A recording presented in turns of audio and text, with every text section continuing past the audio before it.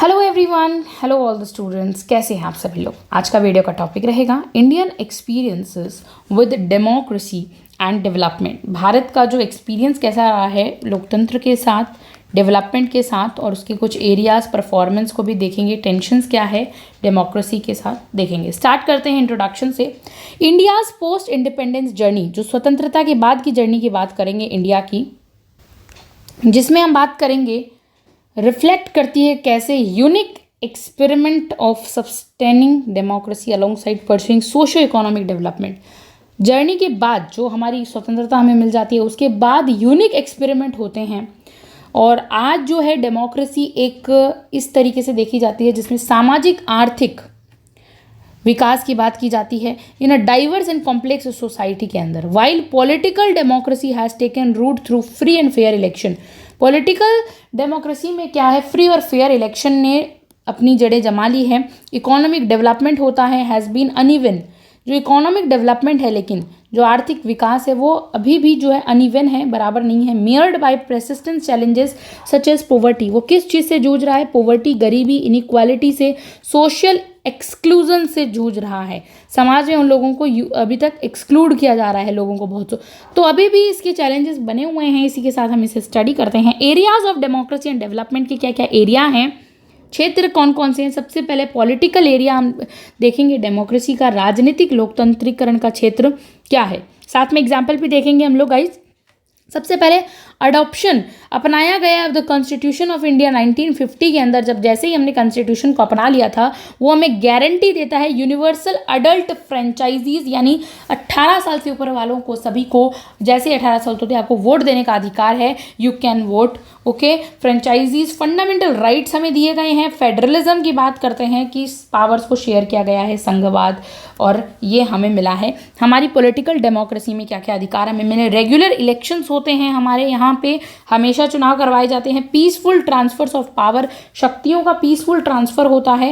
And institutional autonomy, अपनी अपनी अलग अलग इंस्टीट्यूशन की स्वायत्ता बनी हुई है। कोई उस पर जाकर चैलेंज नहीं करता है, डोमिनेंस नहीं करता है। प्रोसीजरल डेमोक्रेसी चलती जा रही है। जो जितनी भी प्रक्रियाएं हैं वो लोकतंत्र में चलती जा रही है। एग्जाम्पल देखते हैं, ईसी, एससी, कैग, ये सब अपना काम कर रही हैं शांतिपूर्ण तरीके से। एग्जाम्पल देखते हैं, ओवर 17 जनरल इलेक्शन हेल्ड हो चुके हैं 1952 से अब तक। कितने? 17 जनरल इलेक्शंस हेल्ड हो चुके हैं। And high voters turnout in recent decades, 67% इन 2019 में लेजिस्लेटिव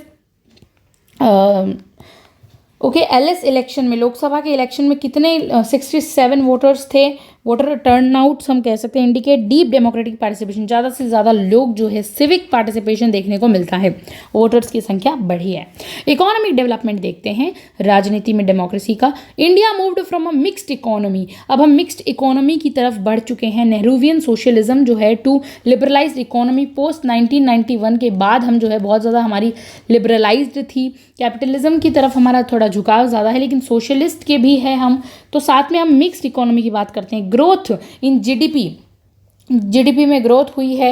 इंफ्रास्ट्रक्चर बढ़ा है, एग्रीकल्चर बढ़ा है, आईटी सेक्टर से सर्विस सब कुछ बढ़े हैं सब्सटेंशियली।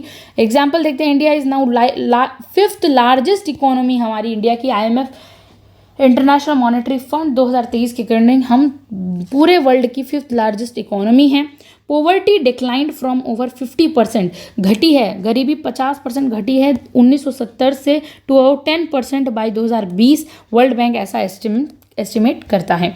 सोशल डेवलपमेंट कैसे हुआ है हमारा? फोकस्ड ऑन एजुकेशन पे बात करना, हेल्थ पे बात करना, जेंडर इक्वलिटी, समानता, लिंग समानता एंड वेलफेयर स्कीम्स लेकर आए हैं। मार्जिनलाइज्ड कम्युनिटीज़ के लिए, जो हाशिए पड़े वर्ग हैं उनके लिए। Constitutional legislative measures for social justice, सामाजिक कल्याण के लिए कॉन्स्टिट्यूशन ने बहुत ज़्यादा ऐसे मेजर्स लिए हैं, तरीके अपनाए हैं। रिजर्वेशन देख लीजिए, आरक्षण मिल रहा है लोगों को, उससे डेवलपमेंट होता है। उनके सामाजिक लोगों का राइट टू एजुकेशन से सभी लोगों को शिक्षा प्राप्त करवाई जा रही है। मनरेगा है। एग्जाम्पल देखते हैं, लिटरेसी रेट्स जो है ना रोज फ्रॉम 18%, बढ़ा है लिटरेसी रेट, लोग साक्षर हुए हैं। 1951 में 18% था, आज कितना है? टू ओवर 77.7% 2022 में। NSO का डाटा है ये। ओके, लाइफ एक्सपेक्टेंसी रेट, जो हम life living of standards we can say that increased, बढ़ी है 32 years in 1947 to 70 years today आज रही है। लाइफ बढ़ी है। ओके, फिर हम देखते हैं performance of Indian democracy and development, कैसी परफॉर्मेंस रही है। सक्सेसेस इन डेमोक्रेसी, हम लोकतंत्र में सफल हुए हैं।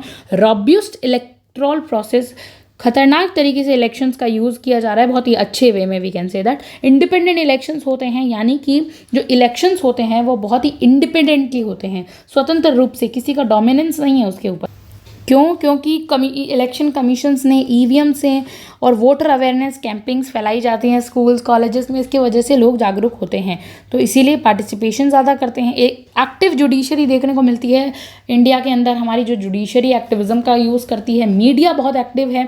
पब्लिक इंटरेस्ट लिटिगेशन, जो जुडिशरी खुद ही निर्णय ले लेती है कहीं उसे अगर लगता है तो। आरटीआई एक्ट में हम देख सकते हैं प्रिवेसी जो है, उसके साथ ट्रांसपेरेंसी बहुत ईजिली 2005 के बाद हमें देखने को मिलती है। Media scrutiny of the state, media नज़र रखती है पूरी की तरीके से स्टेट के ऊपर। सिविल सोसाइटी पार्टिसिपेशन हुआ है, जो नागरिक समाज है वो बहुत एनजीओज आए हैं आगे सामने, सोशल मूवमेंट्स, आरटीआई, लोकपाल, इन्हीं का उदाहरण इन्हीं से आया। अकाउंटेबल बनाती है और ज़्यादा स्टेट को हमारे लिए। सक्सेसेस इन डेवलपमेंट में हम देखते हैं एग्रीकल्चर रिवोल्यूशंस हुए हैं, green revolution, made India food self sufficient, खाने के अंदर, भोजन के अंदर इंडिया को सेल्फ सफिशिएंट बनाया ग्रीन रेवोल्यूशन ने। इकोनॉमी ग्रोथ हुई है, पहले 1991 में लिबरलाइजेशन लेड टू 9% ग्रोथ थी, रेट्स मिड में 2000 में देखने को मिलती है, ये ग्रोथ बढ़ी है।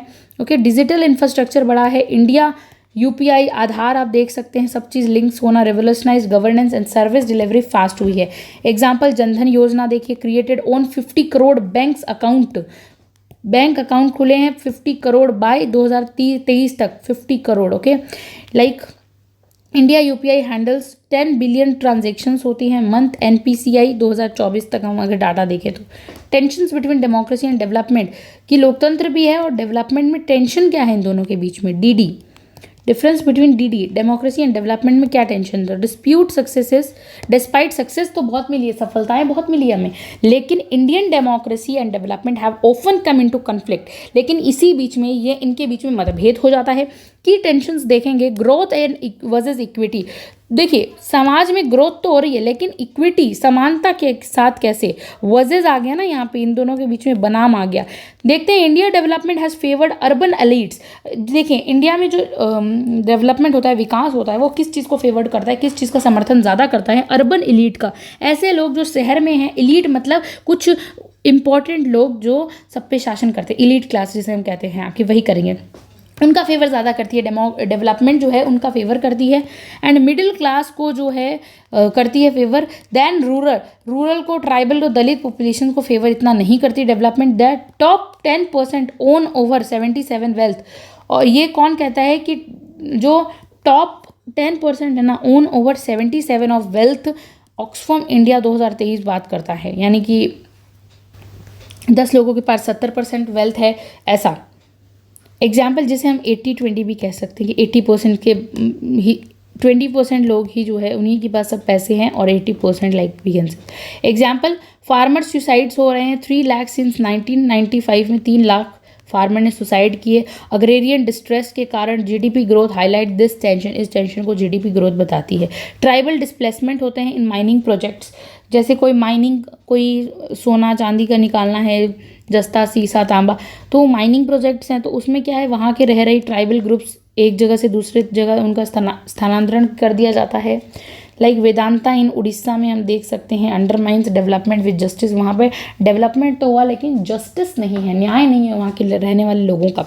Democratic right versus development projects, की ऐसे राइट्स वर्सेस डेवलपमेंट प्रोजेक्ट्स के बाद, यानी मेगा प्रोजेक्ट जो बड़े बड़े प्रोजेक्ट्स होते हैं, इविक्शंस, लैंड जो वी कैन से दैट सौदे होते हैं, लैंड एक्विजिशंस जो बोली लगाई जाती है ज़मीनों की विदाउट कंसेंट, लोगों को पता भी नहीं होता। अब हाल ही में आप देख सकते हैं कि हैदराबाद के अंदर 400 एकर्स का जो जंगल है वो बिना वहाँ के लोकल्स और को, बिना सरकार ने ऑर्डर दिया, रात रात में काट। तो इस तरह की जो डेवलपमेंट प्रोजेक्ट्स हैं ना, वो किसको हार्म करते हैं, राइट्स को जो हमें संविधान से मिले हैं, ठीक है। इवन हमारा कंसेंट तो लेना चाहिए लोगों का, वो भी इन्वायरमेंटल डैमेज ज़्यादा होता है, अंडरमाइनिंग पीपल राइट्स, और इसी के साथ लोगों के राइट्स को भी बहुत ज़्यादा कमज़ोर किया जाता है।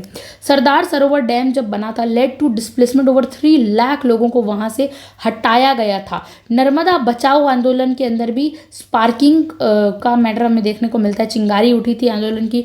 POCSO मतलब प्रोजेक्ट में उड़ीसा के अंदर कैंसल्ड आफ्टर प्रोटेस्ट जब हुआ था, तब उड़ीसा के अंदर इस प्रोजेक्ट को कैंसिल किया गया था। मेजॉरिटेरियनिज्म वर्सेस इंक्लूसिव जो बहुसंख्यक है उनके कंपैरिजन में वर्सेस है इंक्लूसिव डेमोक्रेसी, यानी democracy is threatened when majoritarian politics. Democracy को कब खतरा है? जब बहुसंख्यक लोग राज करेंगे, ओवर राइट कर देते हैं, कभी कभी वो ऊपर बहुत ज़्यादा हमारे ऊपर हैवी हो जाते हैं, राइट्स ऑफ माइनॉरिटीज़ के और मार्जिनलाइज्ड ग्रुप के राइट्स को बहुत ज़्यादा ओवर राइड कर देते हैं, इग्नोर करते हैं। Like rising communal tensions, Delhi right, CA process, हम देखते हैं इरोजन ऑफ प्लूरलिज्म को देखें, बहुसंख्यक का इरोजन हो रहा था उस टाइम। फिर लिंचिंग इंसिडेंट्स टारगेटिंग माइनॉरिटीज़, ऐसे माइनॉरिटीज़ को टारगेट करना अफेक्ट सोशल हार्मनी और डेवलपमेंट को ख़त्म करता है, लिंचिंग करना। Electoral populism versus long term planning. Short term जो populist measures like loan waivers, freebies win elections but compromise physical discipline, long term development goals को हार्म करते ही हैं। कुछ लोग जो पॉल्यूशन में ज़्यादा होते हैं वो जीत भी जाते हैं, लेकिन बाद में जाके वो डिसिप्लिन को हार्म करते हैं। Okay, several states have huge debts, बहुत ज़्यादा स्टेट्स हैं उनके पास, उनके जो सर पे कर्जे बहुत हैं, ड्यू टू फ्री इलेक्ट्रिसिटी, क्योंकि वो अपने इलेक्ट्रिसिटी फ्री प्रोवाइड करवाते हैं जीतने के लिए, लेकिन ये नहीं सोचते कि उनके जो उधार है वो लोगों पर कितना बुरा असर डालते हैं। मतलब कुछ चंद वोट गेन करने के लिए वो क्या करते हैं, लॉन्ग टर्म की प्लानिंग नहीं करते हैं। कुछ वोट पा लिया और पहले कह देते हैं हम आपको फ्री बिजली पानी सब कुछ देंगे, और उसके बाद उनके ऊपर डेप्ट हो जाते हैं। Water schemes, living little for health and education, ये उनके लॉन्ग टर्म प्लानिंग को ख़राब करता है। करप्शन एंड गवर्नेंस डेफिसिट हम बात करते हैं कि वाइड स्प्रेड करप्शन, भ्रष्टाचार देखने को मिलता है इन पॉलिटिक्स में और ब्यूरोक्रेटिक इंस्टीट्यूशंस के अंदर, नौकरशाही संगठनों में। अंडरमाइंस बोथ, डेमोक्रेसी को भी ख़राब करता है, कमज़ोर करता है। डिलीवरी ऑफ डेवलपमेंट, विकास की डिलीवरी भी नहीं पहुंचाने देता ड्यू टू करप्शन के कारण। Example 2G scam, coal allocation scam, bank frauds, eroded public trust, इससे क्या होता है, पब्लिक का ट्रस्ट भी खत्म हो जाता है, इरोड हो जाता है। एंड डाइवर्टेड नेशनल वेल्थ, तो ये जो राष्ट्र की संपत्ति है ना उसको गलत ही दिशा में मोड़ देते हैं। लगाना तो चाहिए डेवलपमेंट में, लगा देते हैं खुद की जेब भरने में, तो करप्शन इज़ वेरी बैड। सो ये हम देखते हैं इस करप्शन की वजह से जो गवर्नमेंट है डेफिसिट होती जाती है, कंगाल होती जाती है। फिर हम देखते हैं weak institution versus chronic capitalism, ऐसे इंस्टीट्यूशन जो कि वीक हैं और कहीं पे कैपिटलिज्म बहुत स्ट्रांग है। तो ये आयरनी है।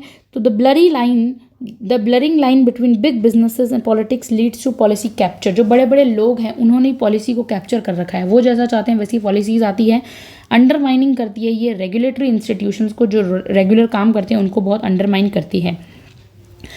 एलिगेशंस ऑफ फेवरेटिज्म की बात की गई है, एलिगेशंस लगाए जाते हैं फेवरेटिज्म पर इन बैंक लोन राइट ऑफ, जो बैंक लोन देते हैं उनको, और कॉरपोरेट बेलआउट्स, इलेक्ट्रॉल बॉन्ड्स होते हैं उनके साथ, कोई बैंक किसी राष्ट्र को देता है, किसी पार्टीज़ को देता है, तो बेनिफिटिंग सेलेक्ट कॉरपोरेट्स जो प्राइवेट बैंक्स होते हैं, तो इन पे ऐसे लगाया जाता है एलीट क्लास को।